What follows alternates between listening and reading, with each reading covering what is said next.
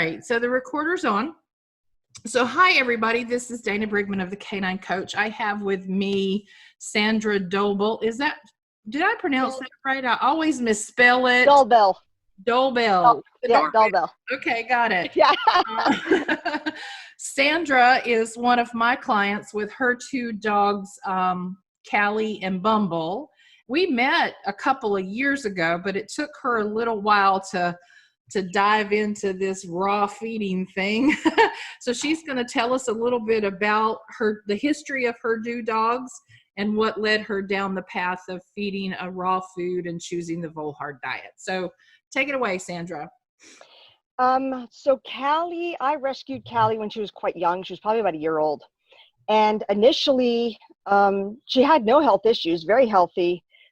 She's a little lab mix, probably about 56 pounds. Really didn't have any significant issues. And probably about the age of 3.5, I started noticing these like black markings in her ears, some kind of like black markings on her stomach. And I was kind of like, that's weird. And initially thought it was dirt. So, I'm rubbing it, I'm cleaning her ears, and it's not coming off. And I kind of started doing some history, and people were like, well, that sounds like it's inflammatory response. And I was like, that's weird because she's not itchy. Just as I said that. Was it just discoloration or her? Yeah, discoloration. Changing colors? Black discoloration. Yeah. And, it almost looks like two marker lines on like the creases of her ears. It was just really strange. And she's never had ear infections, never had any itching, nothing. And then it almost felt like within 2 weeks, the feet started. She started licking her back feet, licking them, getting up at night, licking them. And then she'd start doing the 3-legged scratch. Mm-hmm. And so I went to check her belly. I thought maybe she loved rolling around in the grass. And then we had ryegrass and I guess like you would call, I don't even know what kind of grass we had, but we would put ryegrass in the wintertime to keep it green all year round. And so she came into the house and I looked at her belly and all of her skin was excoriated and bleeding. And I was like, what happened? So I clean it and it just was nasty. And then I started looking at her coat and she had lost like little chunks of her hair and it was all like this waxy yellowish stuff coming off of her skin. And I was like, and she would lose like little chunks and then it would be like a little bald spot and it was all like, just, it was, So I freaked right away. Being a nurse, I was like, oh my God, she's got ringworm. So I basically haul her to the vet and I'm like, what's going on? So they do some skin tests. They're like, no, it's not ringworm, but she's got some pretty bad allergies. And I was like, okay. So right away, usually prednisone, she was on and that helped it. But we know she can't stay on that forever. Mm. And I just assumed, because I'm an idiot, I assumed that it was a grain allergy. So I took all the grain out. Didn't even think for 1 second she'd have a protein allergy. Then she had another flare probably within a month and a half of that. That was even worse. Now her feet, the whole back of her feet were red and had no hair on it at all. And her belly was just a mess and even worse than it was before. So after that, my veterinarian recommended that I get her allergy tested. Mm-hmm. I saw an allergist. Basically, the woman went missing in action, moved to California, and I never got any answers as to what allergies she had and if she had any. Oh, gosh. So I went back to my veterinarian, and she goes, well, we can do the blood test. And I said, well, if I'm going to spend the money, I said, I want her tested for everything, protein, everything. Mm-hmm. So they did, and I actually found it not that bad for $480. I felt that it was well worth my investment because I don't want to keep an answer to the problem she's had. Right. So basically, I got the results 2 weeks later to find out she was allergic to turkey, chicken, fish, brewer's yeast, rye grass, fiscu grass, Johnson grass, dust mites, and storage mites. Wow. So everything I was doing was wrong. I had to get rid of all of her food, all of her cookies, all of her treats, and wash her all out. And so now I have a problem because one of the major tocopherols that they use to preserve or give vitamins in dogs is always salmon oil or some kind of fish oil. Right. Everything either has brewer's yeast when it comes to treats. Everything has got chicken fat for flavor. So I couldn't, there, like a lot of the bison or the buffalo or anything like that, that was a rare or kind of like a protein she could have, had that in it. Even the beef had that in it. So now I'm really in trouble. So finally I was able to get her on, I think it was called Nature's something, and it was rabbit. And so I was able to get her on rabbit, and she did extremely well. Within probably 2 months, her skin improved. Her feet were still a little on the raw side, and she kept chewing on them. And since then, we've had all of our front and backyard ripped up, so we have zoysia grass now. So in my yard, it's no longer a problem. But when we walk her every day, that I can't control the grasses she gets exposed to. So that's when I started looking at essential oils, because I needed to do something for her feet. And I wanted to be able to clean her feet with something that wasn't going to be dangerous if she licked it. Right. So I started doing my research, and, basically was able to get create a spray that I could put on a baby wipe, clean her little feet, clean her belly every time. She's a female, so she squats. Clean her belly, clean her feet. After every walk, and basically within a month, all of her hair grew back in the back of her feet. Awesome. So then for some reason, Australia ran out of rabbit, and I couldn't get rabbit anymore. So I started right back to the drawing board. Oh no. And then I ended up starting her on Signature Kangaroo, and that is what she was on forever and ever and ever, because I couldn't find anything that didn't have something she was allergic to in it. Her only treats that she gets is jerky, because I can't, and even the jerky that I buy is extremely expensive, because to find jerky that's got nothing in it is not cheap, or you're buying a dehydrator and doing it yourself, which would be great if I didn't have a job. So, and, pretty much she was very stable. She is on allergy serum that she gets once a week. That helps with the storage mites, the dust mites, and the grass allergies, because those are things I cannot control, but I can control her nutrition. So, that's, how I got, to where I was. And then probably about 2 years ago, I started looking at raw, because a couple of my friends had a lot of issues with their dogs, even buying kibble food. And so I was like, okay, I'll look into it. Got into this site doing raw, but it was extremely overwhelming. So I took this 1-week course, and it was a lot of, giving your dogs bone and chicken feet, and, doing the ratios of, organ meat with protein meat, and then like having to worry about the calcium. And I was just like, I can't,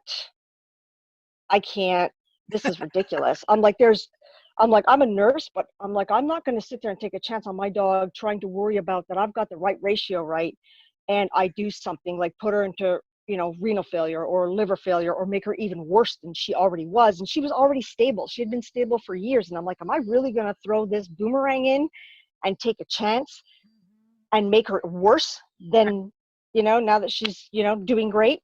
Yeah. And then I kept reading into it, and keep, seeing all the, issues with kibble food. And, my husband and I were like, my husband's like, I don't want her to eat this garbage anymore. And I'm like, yeah, but are you willing to give her, and that's the other issue too. So I can't give her chicken bone. So I'm like, are you comfortable giving her a rib bone and letting her chew a rib bone? He's like, no. I'm like, well, so I'm like, I don't know what to tell you. I said, do you want to go get another supplementary freezer and start, carving up deer and carving up, all this protein? And he goes, well, there's got to be companies that do it. I'm like, oh, they do it. And here's the price. And it was going to cost us about $450 a month just for one dog. Wow. To get it already ground. So your bone meal, everything is already in there. And then you got to worry about changing proteins and, checking their poop and making sure that it's like, I was like, okay, you know what? No. Yeah. So I had already heard about Volhard, because I know people that are on it. And then when I looked into it and I saw the brewer's yeast initially, I was like, well, there you go. So now I'm stuck again. So I'm like, I would have transitioned to her to raw much earlier. But I couldn't because of the brewer's yeast, Mm. which I mean is something good for dogs, but not good for her. Right. So, Exactly. and it's in a lot of dogs, even treats. Brewer's yeast Mhm. is in everything. Um, so yeah, so that's when finally come Christmas time, my husband had been watching on something on TV, and it was talking about Chinese medicine and nutrition and dogs and everything that's made out of kibble.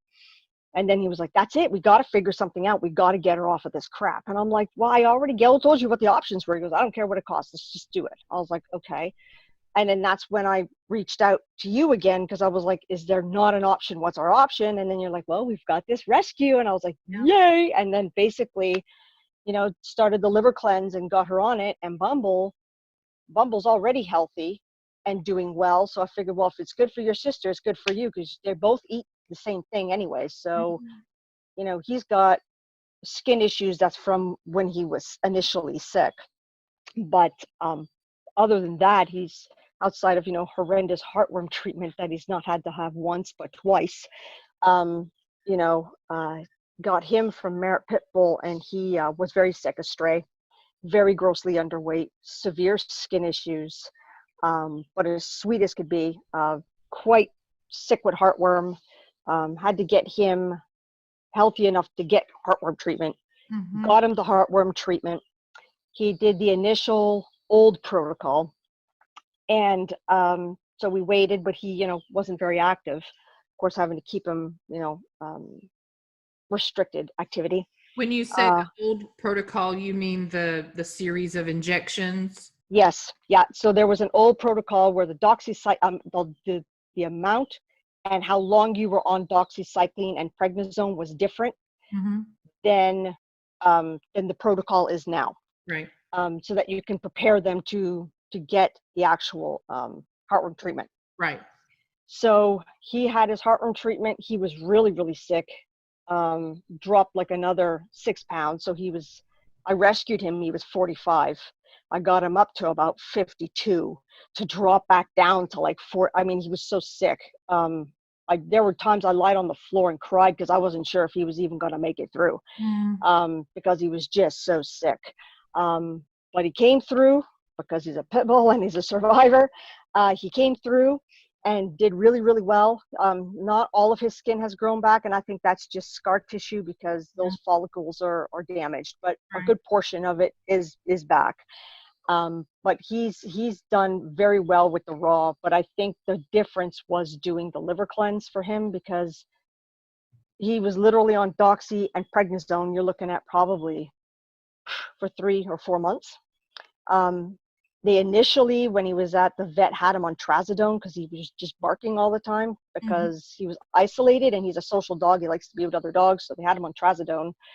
Um, and then, getting the heartworm treatment, and then being on prednisone after that for like, I don't know, another 6 or 8 weeks. And then to be tested again and come back positive again because there was a problem with the batch of medication that he had received. Lord.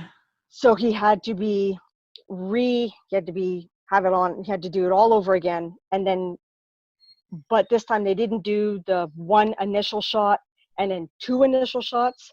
They did the longer doxy, they did the longer steroids, and then did the back-to-back shots. But Mm. now he was going in much heavier this time. So the Mhm. amount that he received was even more of the heartworm treatment. So, but he bounced back from it much better the second time around because he was going in healthier this time. That's good. But you're looking at steroids again, you're looking at antibiotics again, and it was like, good night. Like this dog has had more in his system than anything I've ever seen.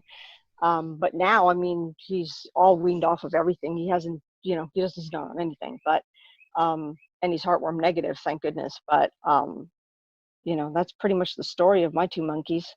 Yeah. So going back to Callie, I know when you first contacted me about switching to the diets, you were extremely nervous about moving. Hmm. And in fact, even though your husband said figure something out, he didn't want it to be raw. So can Yeah. you talk about that a little bit? I just think because, well, my husband, bless his heart, kind of grew up with toy poodles. So before meeting me, I always said he's never had a real dog, like a big dog. So, he had a learning curve in general when it comes to dogs. And when we first dated, we had ex-racing greyhounds. And ex-racing greyhounds are fed raw, and they are fed 4D meat. But their teeth are horrendous when they come out of it because they're not chewing anything else. And they're full of worms, and they're gross. They have to be dewormed. Their teeth have to be scaled because, you can't even see. You can only see maybe the tips of their canines because their teeth are so caked. And so my husband's like, well, you remember the dogs were on raw meat and look at what their teeth looked like. And remember all the worms? They had worms for months. And I was like, yeah, but that's, you know what I mean? This is a track who doesn't care about animal welfare. You know what I mean? Right. This is different. You know what I mean? And so, I'd given him articles about, how they can digest it better than kibble. And I think it just took Bumble to puke one more time and to see all the kibble come out. And he was like, well, wait a minute. He goes, he ate yesterday at 7. He goes, it's 2 PM. He was like, what, why, look, and the volume he had was what he'd had for breakfast and the night before. And I'm like, that's because he didn't digest anything from last night either. That's right. And I'm like, do you understand? I said, they don't digest. And they were both just so gassy. And I'm like, I think we've got nothing to lose but to try. And so, but I think it was just the fear of, oh, they're going to get full of worms. And, how can they eat raw meat? And they're not going to like it because Callie is, I will admit, a diva. I mean, she knows the difference between dropping a carrot and a piece of cheese on the floor. Where Bumble eats carrots, blueberries, strawberries, watermelon. Callie looks at it like you've giving her poison. She will not eat. So he's like, she's not going to eat raw meat. She's never going to eat raw meat. And I'm like, well, how do you know that until you try it? So, once even on the liver cleanse, that dog had no idea she was eating zucchini and beans. It's like, I was worried she would get fat from the potatoes, and she did not. So, it was a learning curve for both of us, but Randy was definitely afraid of doing the whole raw thing and that they would get sick from eating raw meat. But when he saw how much they loved it, he was like, oh, and then he sees, oh, you know what? He goes, I think it was last night. He said to me, I can't remember the last time Bumble farted. And I looked at him and I was like, what? I was like, that's a weird thing to mention. He goes, but seriously, he goes, do you remember how much gas he used to have? Like all the time. Right. And I was like, you're right. I'm like, it is. It's been ever since. He goes, I'm telling you, since February. He goes, he's just not gassy anymore. And burpy too. He used to belch. He still has the occasional burping, but and he always had a bad digestive tract. Callie never gets GI issues. You can change food with her and she will never get diarrhea, and she will never get sick from changes in proteins or food. Bumble, you change one little thing and he's got the runs. So I've got 2 very completely different dogs in that sense. But I think we were both nervous to start raw just because, first of all, you hear all the horror stories. How many horror stories did I see on that raw group that I was following? Dogs having emergency surgery because they had a bone that they didn't digest and it perforated their GI tract. How many of them had hemorrhagic diarrhea? How many of them went into acute liver failure and died within 48 hours? And on that, that'll scare you. It absolutely will scare you. But then, you're looking at groups that, this one particular group, now I just follow it because I find it just fascinating. If there's a dead deer on the road, they throw it in the back of the trunk of their car. And then they come home and they butcher it and they feed the entire head or the entire leg to their dog to eat. And Randy was like, there's no way that is happening while I'm alive on this earth. So that's, so you have 2 different scenarios. So when we started doing raw with you, he couldn't get that out of his head. He was like, okay, so am I going to have to give her a chicken head? I'm like, no, she's not eating chicken heads. She's not eating duck feet. Yeah, I'm no, not doing going any to of the this. grocery and buying food is gonna. Right. I said, we're going to buy some minced meat. And he's like, okay, just like what we eat. I was like, what we eat. He's like, okay, I think I could do that. I think I'm okay with it. So he definitely came to it, but now when he sees how much better they are, he's like, we should have done it earlier. I'm like, well, at that point we didn't have an option for Callie because there was nothing that didn't have brewer's yeast in it. Yeah. So, but So now that there is. you had her on a protein that was kangaroo Yep. before you switched into the rescue raw. And she was doing well on that food, but have you seen an advancement still in the switch to raw? Yeah, I definitely, well, for a dog who's 11 years old, I'm still convinced she acts like she's 2. Mm-hmm. She's very, very active. So she, is much trimmer. Her coat, I mean, she is a yellow lab. So, I mean, she is dusting hair all over my house anyways. So she's always shed quite a bit, but her coat is softer and shinier. Her breath, that was the biggest. So when we did the cleanse, both of them got greasy and they got smelly. Like they reeked like they had been living under a grease pan for a month. Like they were, Callie just all the way down her back was like a 14-year-old boy that hasn't showered in a week. Like, That's like disgusting. it was gross because labs can be very oily. Yeah. You know, usually yellow labs are not that bad, but she was disgusting. And Bumble's feet, in between his feet, got really yeasty and they were sticky. Like I would just be like, oh, like, and their breath was horrendous. Like they could clear a room. I was like, oh, what is happening here? Like, Yeah. what is happening here? But then after the cleanse and starting the raw, Callie can wash my face. She's got beautiful breath.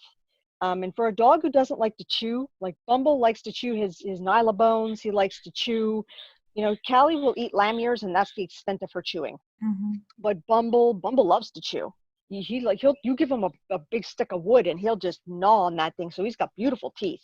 And Callie, for 11 years old, my vet is very impressed with how her teeth look. And I find that her breath is much better having been on raw than being on kibble, which, let's be honest, she wasn't even really chewing it anyway. Right. So they both went through a bit of a detox period. Oh, yeah. Yeah. Yeah. Oh, yeah. Definitely. Which can be scary because I know a lot of people, when I've had a couple of clients, they see these dramatic changes that look awful, right? Yeah. And they're like, oh my God, it's the food causing the problem. Well, no, the food is helping the body release all that it's been holding on to. And that's hard for some people to wrap their minds around. Yeah. Yeah. And I think it was probably the first 2 weeks or maybe 3 weeks into the cleanse that was the worst. Yeah. And then it flipped. Then all of a sudden they stopped getting greasy. They stopped. And I was like, okay, are we finally over the hump that I can finally wash you guys? Cause you're disgusting. Yeah. So I gave them both nice baths.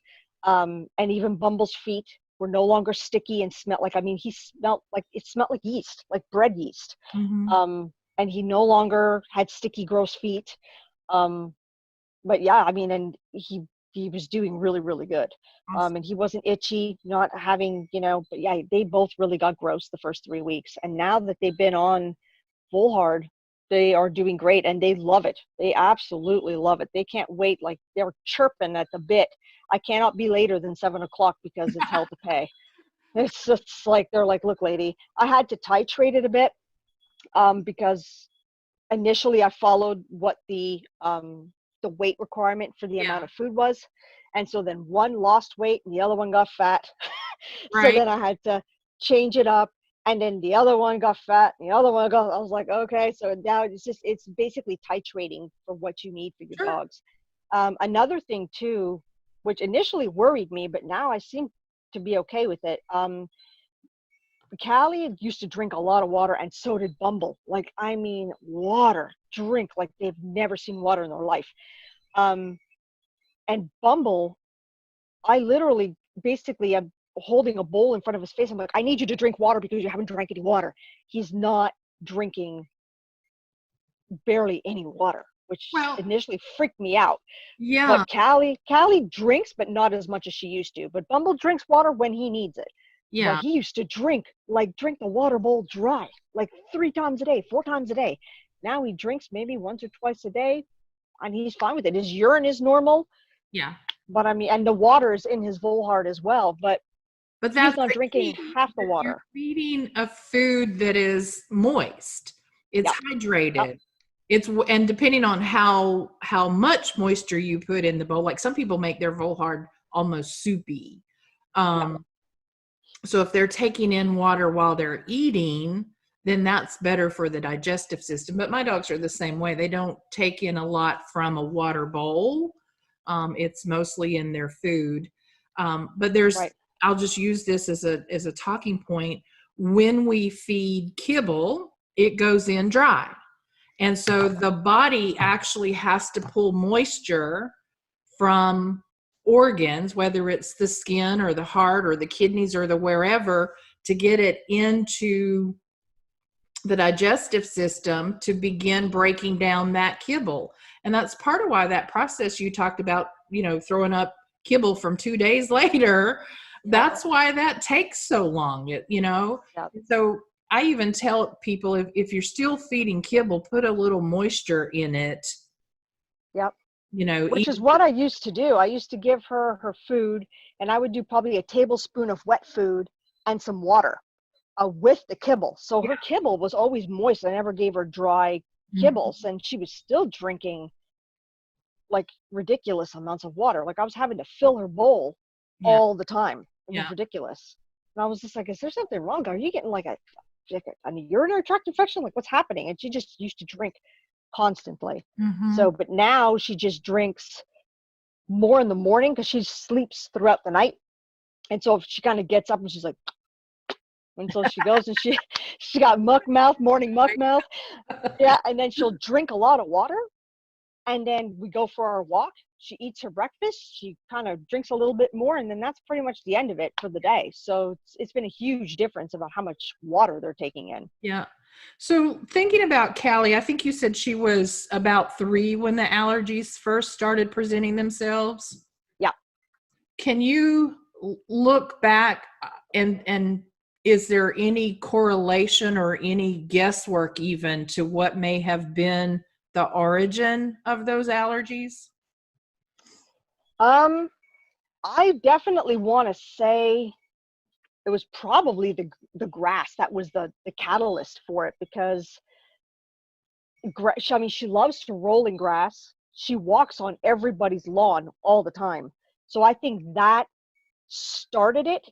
But I was feeding her chicken or turkey based food, and I was giving her turkey jerky. I was giving her treats that had chicken fat in it. I was giving her fish oil. So I was basically throwing all the stuff at her that she was allergic to and didn't know she was. So I just think it just went full circle at one point. She just had it all in her system. And that's why my veterinarian's like, you're going to need to wash her out of all of this. And it might get worse before it gets better, but it's going to take a couple of months to wash her out. And I mean, I feel horrible because I'm like, I basically have been making my dog 100 times worse, giving her food that was grain free because I thought she had a grain allergy because, well, isn't that what all dogs have? To giving her everything, chicken, fish. I mean, I was giving her everything that she, you know, I was feeding her salmon. Like I was, oh, like, and now when I think about all of the allergies she had, I was just like, oh. And I mean, I've learned a lot from her.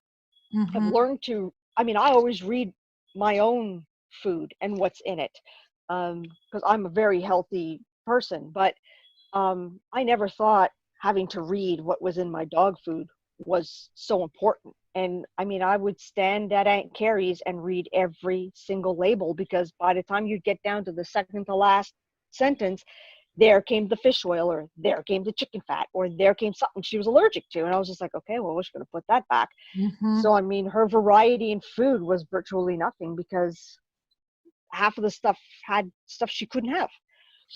So, but I think it was a combination of the grasses, and it was a combination of me feeding her all the stuff she was allergic to, you know, thinking I was doing the right thing, you know, giving her fish oil and we don't know what giving her all of that.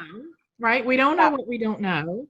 And, Yeah. until you really dive into this, because you're forced to in some cases, you didn't even know a protein allergy was possible. No, I think my veterinarian was totally taken back. She was just like, I've never seen a dog have an allergy to fish. She's like, chicken, turkey, I totally could see that. She goes, I've even seen some dogs allergic to beef.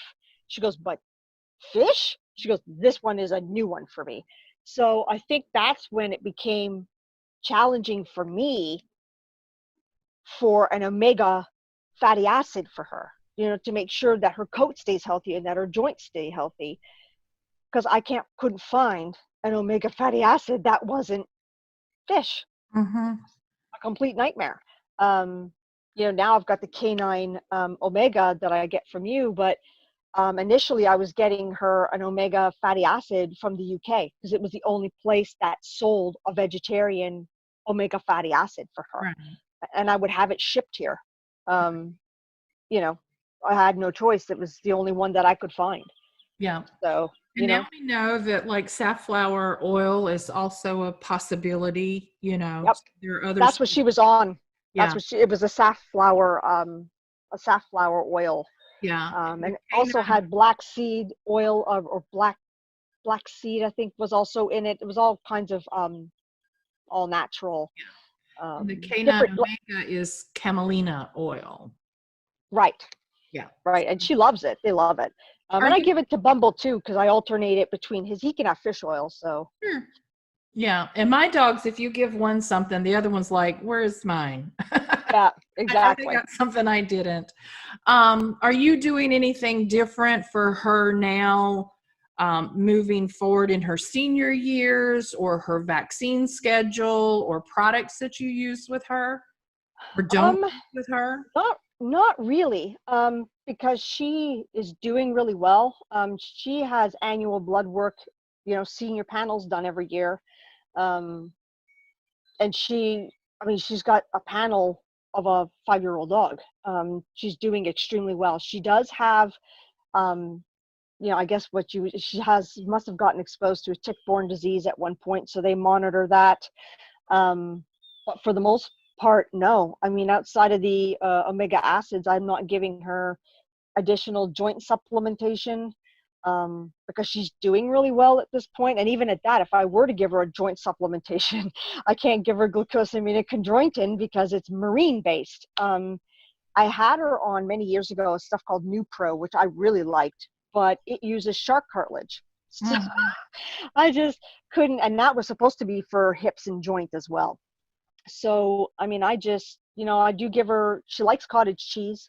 So sometimes I give her a little bit of cottage cheese. Like I'll make it fancy, I put her food and I put the dollop of cottage cheese in the middle. So it kind of looks like a fancy French dish. But she absolutely loves it. So I use that as sort of extra calcium for her.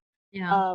But for now, I haven't had to do anything additional as of yet. Okay. Where Bumble, on the other hand, he's already got some hip dysplasia and some arthritis, so his protocol is a little bit different than hers. But in Callie's case, I'm not doing anything extra. She gets her vaccines on schedule, so she gets her rabies, her distemper. What else does she get? Well, parvo distempers together. Yeah. You would only do Bordetella if you're boarding her. Yeah, no, she doesn't do Bordetella anymore. She doesn't get boarded. But she used to go to a groomer and get groomed. But I do it here now. She just gets too anxious, especially at some of these groomers, like this, especially the small dogs that are barking and yipping. It makes her very stressed. So I started, I throw a peanut butter party and I put peanut butter all along the edge of the bathtub and just wash her that way. And so she doesn't need to have her Bordetella done anymore. I still am doing Lymes because of where I live. We have a very high deer population here. So I still do Lyme, but probably as she gets a little bit older, I won't have to do that anymore. But while she's still rolling in the grass, and I have deer right outside my fence, I figured I'd rather be, and she has tick-borne, she's, positive. So I figured I think I want to just, for now until otherwise, But besides that, I'm not giving her. She gets her heartworm medication, you know, her basic stuff. I mean, she gets her serum, her allergy serum every week. But yeah, I mean, she's healthier than anything else could be. I mean, for an 11-year-old dog, my veterinarian just can't believe it.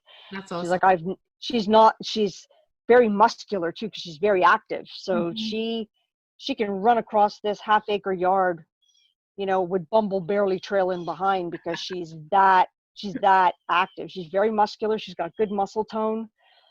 She's not overweight, considering she's a lab. That is always a concern. But no, she's, you know, I don't have to do anything extra. I just give her the omegas, and she's doing really, really well with that. I did want to do something extra for her hips, just as more of a prophylaxis, but I can't find anything that doesn't have fish in it. What about like golden paste, the turmeric based? Yeah, that's probably, add that to her food, probably. I mean, it's a spice. I mean, I certainly don't think she's going to be allergic to that. And you know, coconut oil and black pepper. So I think she loves coconut oil. Yeah. Oh my goodness, she loves coconut oil. My dogs get golden paste in their meal every day. So you know, consider that as just something supportive, right? Yeah. Yep. Absolutely. Absolutely. Okay. Anything else you would like to add or share, or give some food for thoughts to the dog mamas out there that are maybe struggling with similar issues, or the fear of change? Yeah, I think when you have a dog that has got allergies, and you're trying to figure out what's wrong, it's a very frustrating thing, because we all know dogs don't talk, right? So you have to go on trying to read what's wrong, you know, and you look at them and you're like, what's wrong? And they're just like, you know, there's something wrong, and you know, there's something isn't right, and you want to do everything. And there's just so much information out there, and it's so overwhelming. And I think the initial mistake I made was, you know, trying to just do it all myself. I'm like, I can take these classes and I can figure this out, and I can just listen to these people. There's my husband. You know, and I could probably just do this. And it was extremely overwhelming. And so what I did was just back up my bus and just quit. And then that's when I was like, you know, I need to do something, because it's in their best interest. So I put my fear in my back pocket, and I contacted someone who knew what they were talking about. And that was you. So, you know, at least I was lucky that I was able to find someone that, you know, I've already had a lot of friends, and even people within the rescue that use your services. You know, so I felt confident. They were like, you know, I went through it too. Yeah, my dog got greasy and smelly, and oh yeah, I went through it. I'm like, okay, cool. So I had a support system, and then I had you, who was always available. You know, I could email you 150 times and be like, oh, I don't know what I'm doing. I still laugh at the day that Angela was here at my house. You were texting her because you didn't want to text me. I'm like, Angela, she's going to think I'm an idiot. I'm like, just tell me, is this a cup? Is it a quarter of a cup? How many beans is that? I'm like, why is this? I've said, I can't wrap my head around this. And so Angela's like, it's okay, because she had gone, and I mean, even Gouda, when I first met Angela and Gouda, before I started volunteering with them, Gouda was the exact same presentation as Callie. She had no hair on the back of her feet. That poor dog, like, and her ears were fire engine red. And I felt for her. She was, and I think on pale dogs, it looks even angrier. Like oh my gosh. And I was like, oh, my dog looks exactly like your dog. And she was like, oh my God, these allergies are such a nightmare. And it was like, Gouda was on fire. Oh, she was on, oh yeah. And Callie was in pretty much the same rough shape. So I was kind of, you know, and so many of them went on to Volhard, and I was saying, they were like, you should do it. I'm like, she's allergic to brewer's yeast. I can't, you know what I mean? I said, I'm stuck between a rock and a hard place. And so when I went to these other raw groups, my husband's like, no, we're not feeding her duck feet. It's not happening. I'm like, okay. And, you know, he would see the pictures of like feet and bones, and then like a chicken head and like a raw egg. And he was like, there's no way Callie is going to eat that stuff. And I was like, you're probably right. And he's like, I'm not opening up a butcher in my garage cutting up animal carcass. So this was that. I think that's what intimidated me about raw. You know, when you hear the word raw, you're like, okay. And they're like, yeah, give them this, give them that. You need to make sure they got enough calcium, so you got to give them eggshells, and you can grind it, and don't forget to do bone broth, and oh, you need to do your berries and your fruit, and you got to make sure you got fiber. And I'm like, oh, I was like, what? I was like, it was way more chemistry than I ever thought. I'm like, what just happened to, like, 4 ounces of meat, some, it became way more complicated than it had to be. Yeah. Trying to figure out how to do it yourself. But I would definitely, if you have a dog that has allergies, and the food industry is only getting worse. It's getting worse for people, and it's getting worse for animals. And that's nothing to say about the actual animals themselves. It's got to do with the processing plants that don't, and animals are not a priority when it comes to nutrition. And so E. coli and salmonella and all of these things are ending up in a lot of these foods because of just lousy food processing. Yeah. And also using, sick animals to make that food. And ultimately, when you think about it, you're like, I wouldn't eat it. Why am I feeding this to my dog? Right. And then when you realize, then the other thing people worry about, I think, with raw is they worry about the cost, because it can be and start to be, when you look at these raw groups, which if anyone wants to go into raw, don't make my mistake. Don't go to these raw feeding groups. Don't join them on Facebook. Don't. It's gonna completely freak you out. You're gonna get shell shocked, and you're gonna get completely overwhelmed. And there are extremists. There's people that believe in the paleo, and they believe in giving their dogs whole carcass. And then you've got other ones that are making bone broth for 2 days. They are extremists. There are some that are extremists, and I think you see that everywhere. But that would be my advice. Number one, don't do that, and just seek consult with someone who knows, like yourself, where you're more well-rounded, where you're not only doing raw, but you're doing Chinese medicine-based therapy, and you're also doing essential oil therapy, which I've been using essential oils on my dogs for a long time. And I think that it's important you find someone who knows what they're talking about and listen to their advice. And then once you start feeling comfortable, your confidence is there. And when you start seeing how well your dog is doing, how healthy and happy they are, then you'll realize it was all worth it. It was all worth it. And seeing how great my dogs are, and these little rotten boogers out here,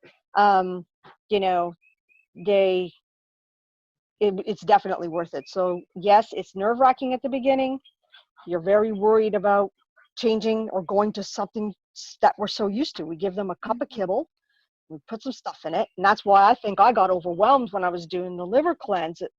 The proportions and the amount, and I was like, the math of it, I was like, oh. But then once I got the hang of it, then I rolled with it, and then I was no longer afraid of it. So I think that, having Angela going through it, and even Robin going through it, and so many of them, that I'm like, I had a support group right there. So it was very helpful. But I think you were the most, supportive. You didn't think I was crazy. I think that it is scary to go raw. It is scary because there's a lot of misinformation out there. But I think that's, as a nurse, I'm used to, people who come to me all the time with misinformation, and I'm like, well, where did you find that? Dr. Google again? Good for you. So that's right. So, that would be my advice to people, is that it's fine to do your research and to look into it. But before you make the leap with someone who can support you and who can be there to give you the right information, and get you the supplies and get you what you need, and tell you if you have a question that's like, oh, you know what, can they change from this protein to that protein? You don't have to worry about going to a book. You have someone that you can just email or text or whatever and say, look, is it okay? Or when my dogs got greasy and smelly, I'm like, is that normal? It was nice to know than trying to do something yourself and being overwhelmed and then quitting. You don't want to quit. Once you start and you start seeing the change in them, you don't want to quit, because they're doing so well now. Right. And I think the other thing too, even when I take Callie to the veterinarian now, and they're like, oh, what is she on? And I'm like, she's on Volhard. And I said, and she's on raw. And of course you'll get and I prepared, you know what I mean? Because I'm prepared. So, but I haven't had any issues with any of it. They're all like, okay, well, just make sure she gets, this and she gets that. And I'm like, oh, she's getting everything that she needs. And I will always bring a printout of everything that she's eating and the foods and everything she's on. And I give it to them. And I'm like, here you go. You can put it in her file. And of course, in red bold on her file, it's like, mother is a nurse. So I thought you were going to say something else. Mother is yeah, mother is a nurse. So I guess they feel that they can just talk to me honestly or frankly and not have to, sugarcoat anything. But I mean, I think she was the one I was worried about because she's older. She's the one that's got legitimate allergies. Yeah. But I mean, she's the reason you called, and then you were like, well, Bumble's going to do this too then, So, yeah. Well, that's it. I mean, he's got nothing to lose, by being on better nutrition. He's younger than her, so he's going to be 5. So, and she's 11. So by starting him now is going to prevent illnesses from poor nutrition later on. Awesome. So it's a win-win for both of them for sure. Okay. Well, thank you. I appreciate your time very, very much. And I am glad to hear both dogs are doing well and that Callie is really thriving on this. And that you and your husband both have become happy with this decision. So yeah, absolutely. Absolutely. Where there's no turning back now. We're very, very happy. And it's very easy to do. It's super easy. I'm not in there chopping up meat, Right. Initially with COVID, it was hard to find beef, but now it's not a problem anymore. So, but now, I mean, they're doing great. They love it. They absolutely love it. All right. Well, thank you very much. Thank you. I appreciate your time. I am stopped.